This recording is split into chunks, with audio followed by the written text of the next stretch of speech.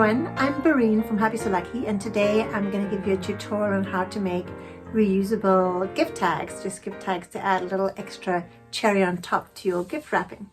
As you know, or if you've been watching me on Instagram, you'll have noticed that this year I've gone down a bit of a tiny piecing tangent. Initially I came out with this series of blocks called the Happy So Lucky Tinies, or HSL Tinies. And it's a pack of about a dozen patterns with a specific theme. So the first theme was birthday party, and it has all these birthday party ones. The next one was girls night out. I don't have a mini of all of the blocks, but you can see here are some of them making a little zippy pouch.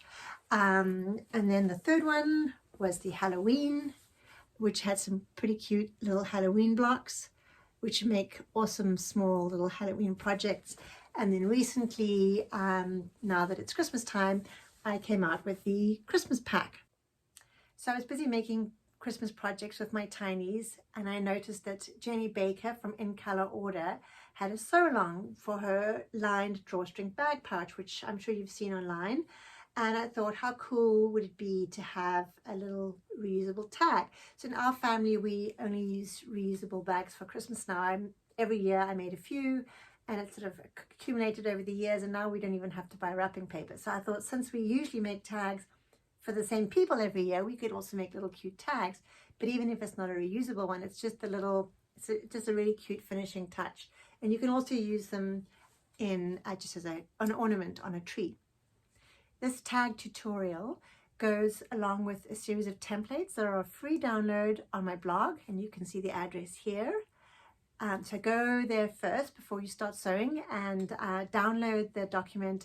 There's a variety of shapes. There's the tag shape, rounds in various sizes, some ovals, and the little hexy one as well. Lots of different options for you to make tags, and as I say, it's a free download.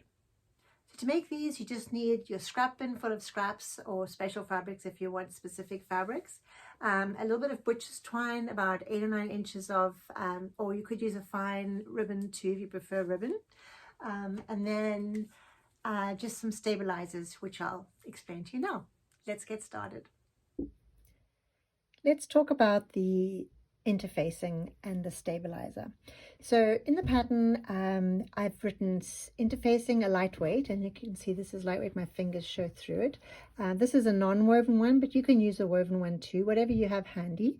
And the reason that we use this one is not really to stabilize the fabric, but more because when you're going to turn it right side out, there's going to be tension on these seams that you have in your piecing, and you don't want to pull on those. And so the benefit of using the interfacing is that you put it on the back of your pieced block before you go to sew, and then when you turn, it's less of a strain on those seams.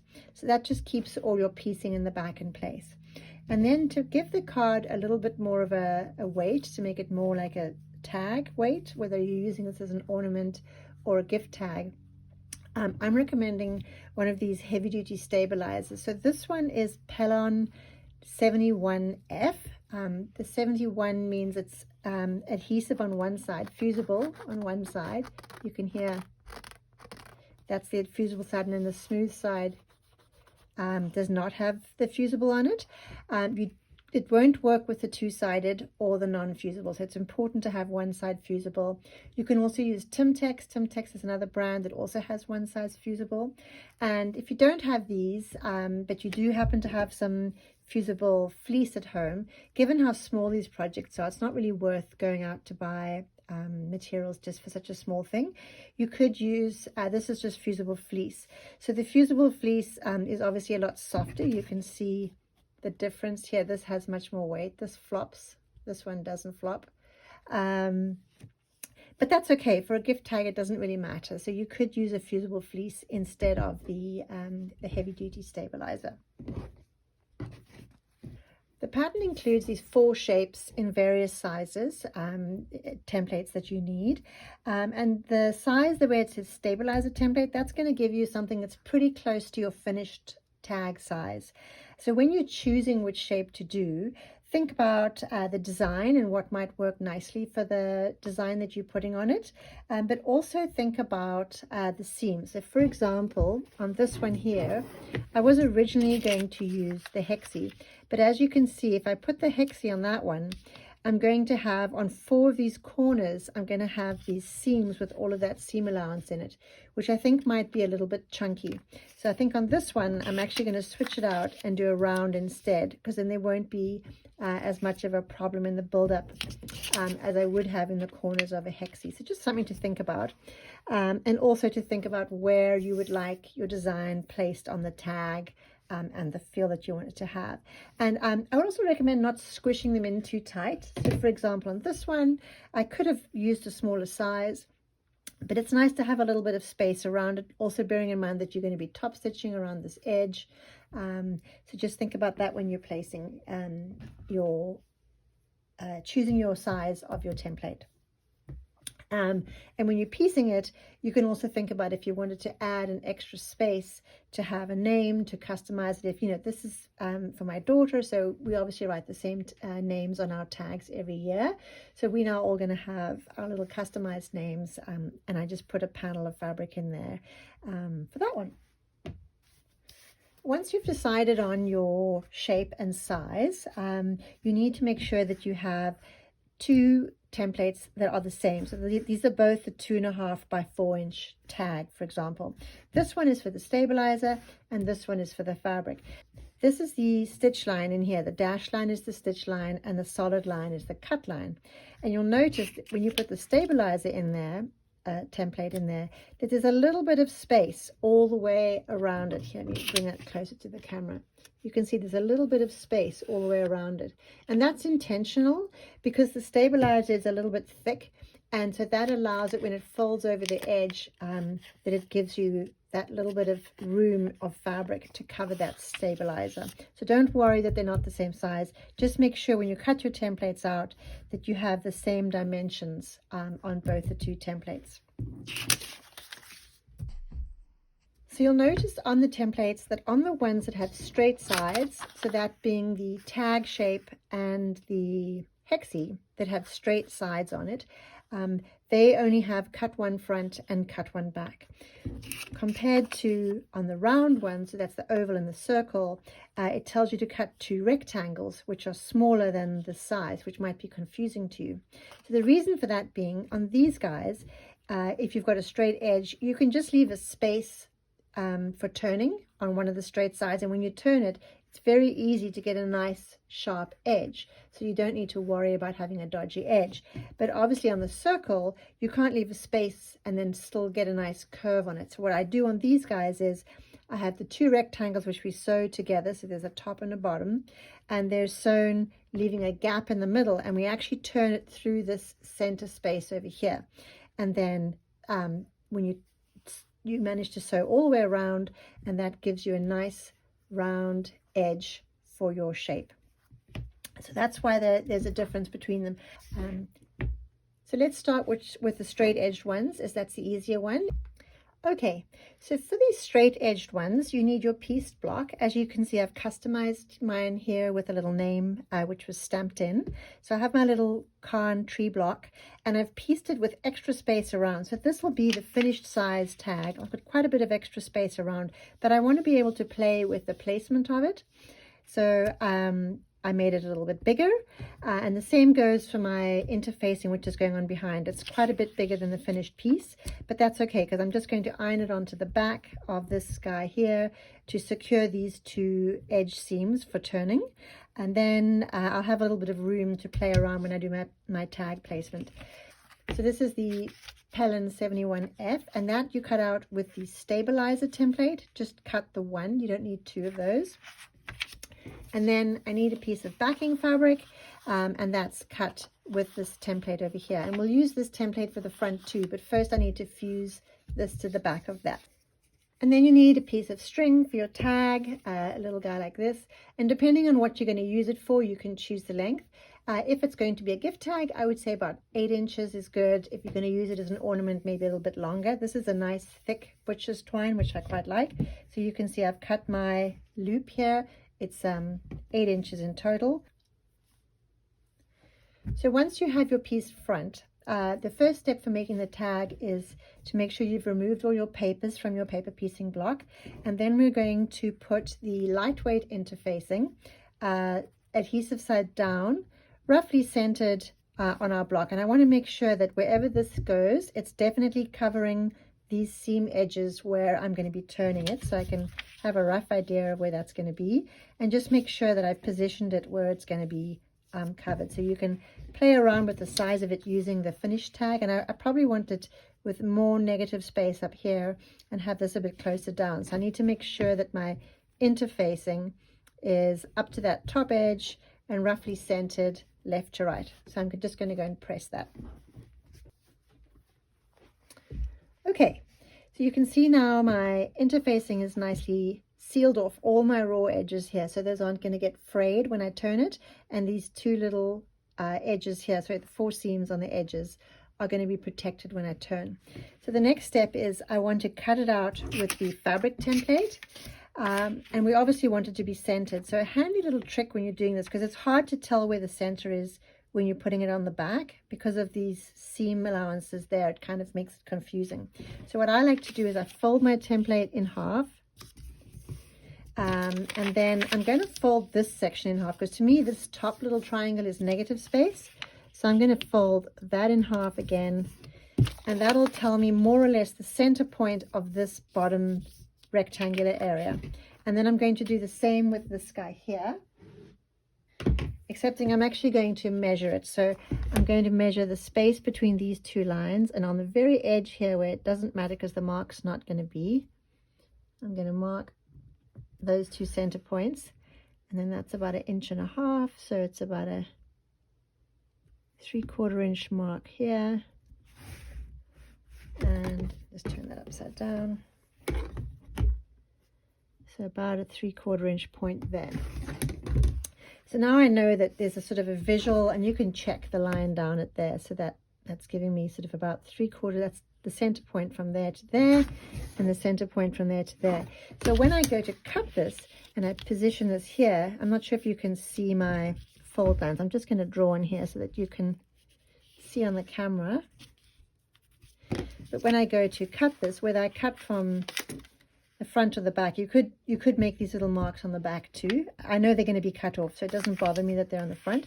But I'm going to line up the center points on the tag with the center points on the fabric, and the same down below here. So that needs to move over a little bit, and I can just check that guy's good and that guy's there, excepting it's a little bit off the edge there, so I'll just smidge that down a bit to there probably, which is fine.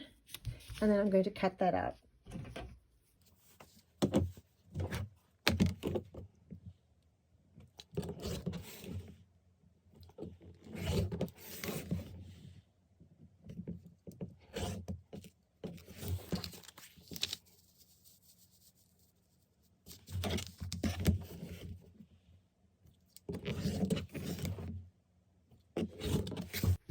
Okay, so now I have my front, my back, and of course my little piece of the heavy duty stabilizer. What I'm going to do is I'm going to turn that over, and I'm going to position it in the center, and you'll notice that this is more than 1/4 inch seam allowance around, and that is, as we mentioned before, a little bit extra because you're not going to stitch through this. You don't want to stitch on that and then have to turn it on this thick stabilizer. So the goal is to stitch just outside the line of the stabilizer. So you want to center it on there, and then again, this is the adhesive side down, so the non-adhesive side up, and I'm going to fuse this onto the back side of this tag.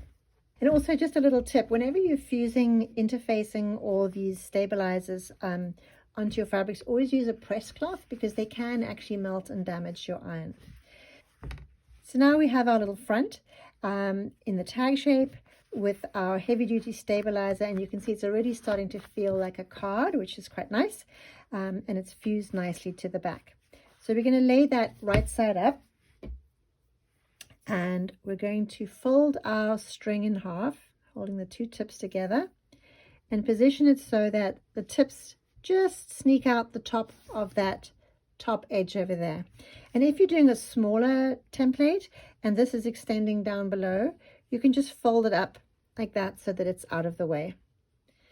And then just to hold this in place, because sometimes when you're stitching they can nudge around,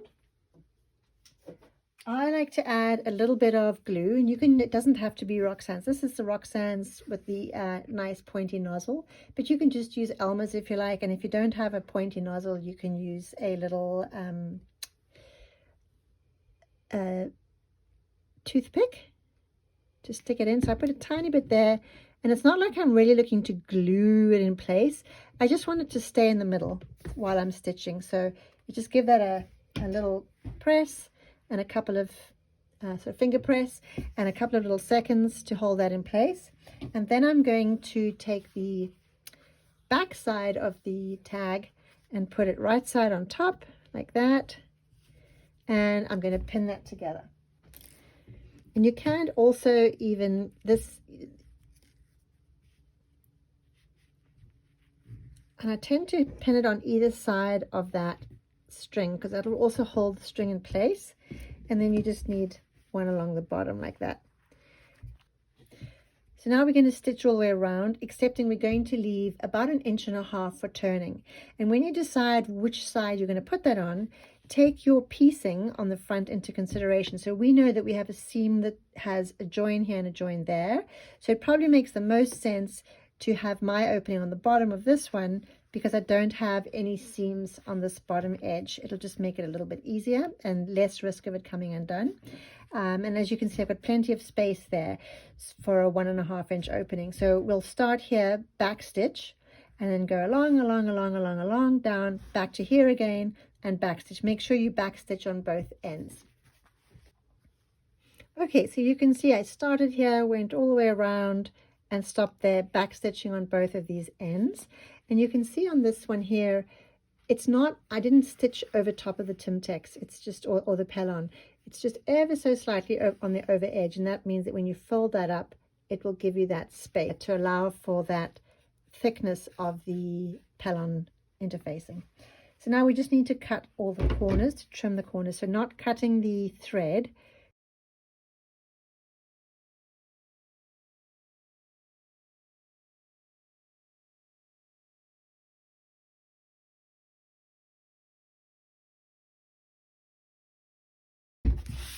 okay, so now we're going to turn it right sides out. And sometimes you can grab that little bit of string in there and pull that, or you can just create a little beginning point. You just need a beginning point to get going. Taking care, you don't want to rip off the Timtex. It is a little bit awkward this stage because you're dealing with something fat. I also double stitched over the point where my string was attached, and that helps it not pull out.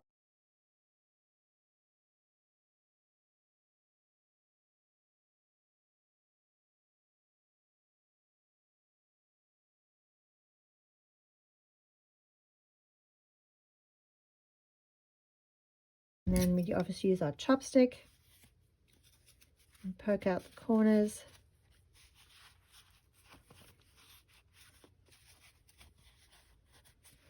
And then on this opening here, you just want to tuck those in a little bit, and on both sides, and give it a nice press. Okay, so there you have it. It's nice and pressed, and you obviously have this opening at the bottom that needs to be dealt with. So you can either choose to just hand stitch that closed and call it a day, or you can top stitch around it to seal it up. And what I usually do is, again, I use my little bit of glue, a tiny bit, you don't need much, but I just give it a little bit of a teeny weeny little glue base. Like really you need hardly any, it's just enough. You can kind of see there, there's just a smidge. I just give it a finger press or an iron press, and that just holds it nice and tight. And then I'm going to just give it a quick top stitch close to the edge just to give it a nice finish. So there you have it, just a little top stitch around the edge just finishes it off. Next up, we're going to do one of the curved edged templates. For this one, I'm going to use the oval one, have my little tree block, Again, I have my lightweight interfacing that's just going to secure all my piecing on the back. My papers have been removed already, so I'm ready for the interfacing.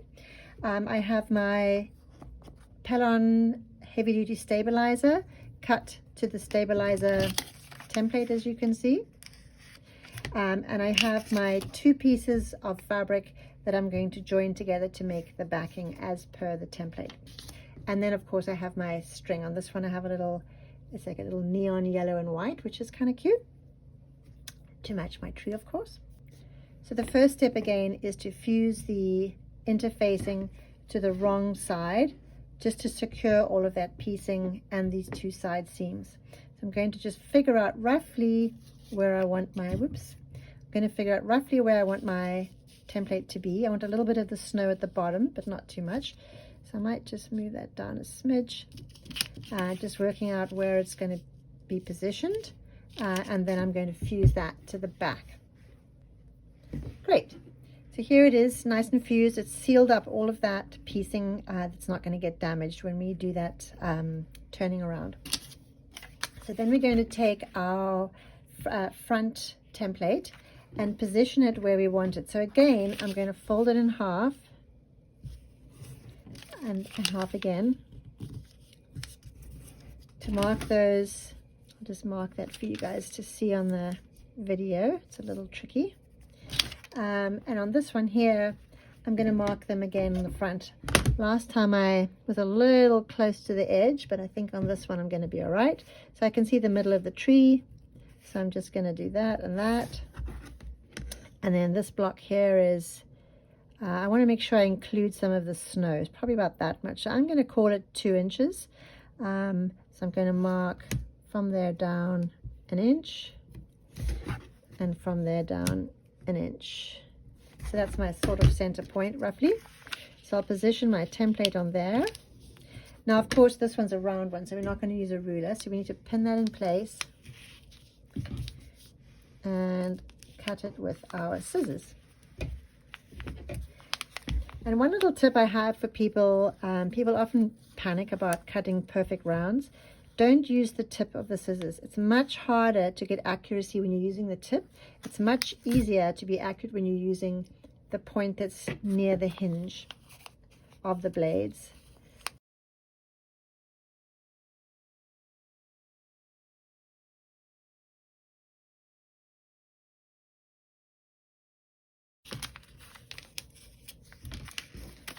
So here we have our little tree oval.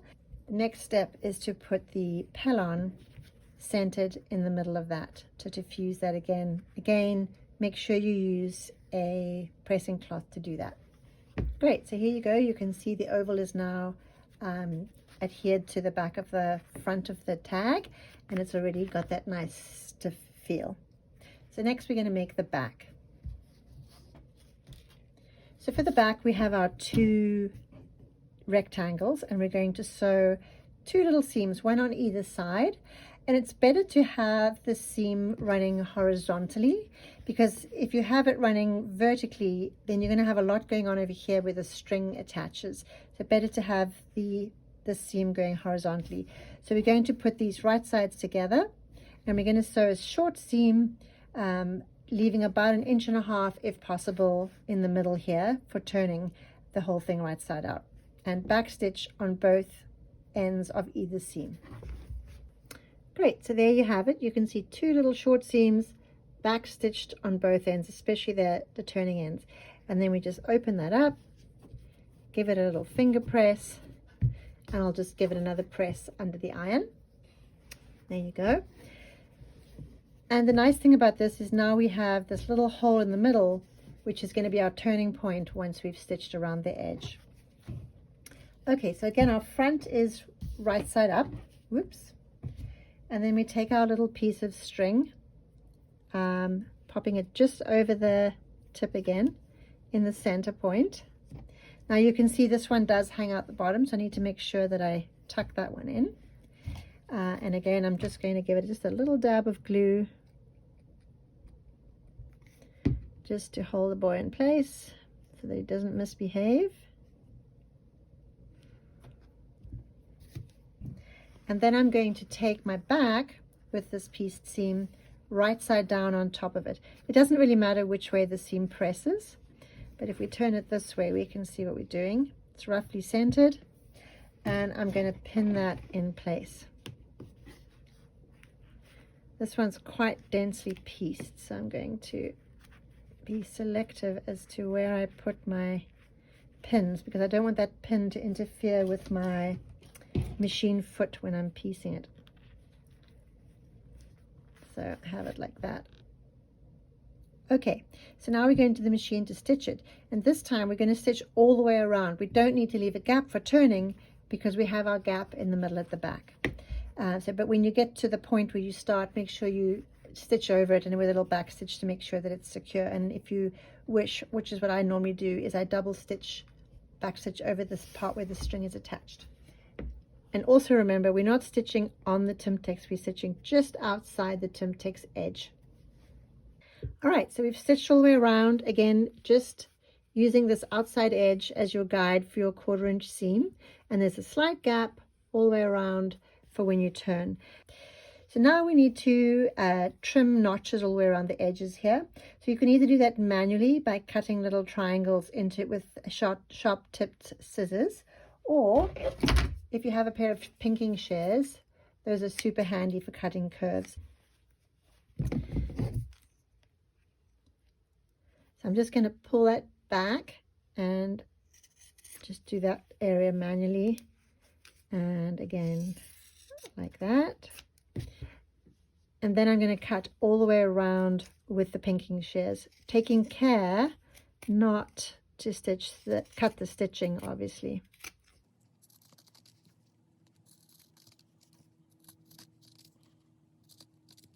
Perfect. Let's just trim that guy. So now we have our little area in the back here, which is we're going to use for turning it right way out. And start on the one end, pop the one end out, and then just carefully tuck those little seams in the sides and pop the other end out. And there you have it. So it's pretty cute. So I just give that a little press, again taking care to push this guy down so that it tucks in underneath the seam allowance there, so creating a nice neat fold. And then we'll either hand stitch that closed or just do the you could even just glue it if it's just going to be for a tag or an ornament, because it's not like you're going to put it in the wash. But I'll probably hand stitch mine closed, but I'll just glue it first to hold it so that I can top stitch while I'm at the machine. So open it up a little bit and just pop a teensy bit in there, just enough to hold it closed. Push that down and give it a nice little finger press. And now I'm going to top stitch around the edges again. So there you have it, our little oval tag. Another thing you can do to add a little bit more fun is you can add a few more embellishments. So you could add a pom-pom at the bottom, or a big and a small pom-pom at the bottom, or you could do a bell or a little bow, or even if you can find some of these guys. I found these at Daiso. If you have Daiso near where you are, you could add a little tassel at the bottom, which is pretty cute for an ornament if you're going to be hanging it from your tree.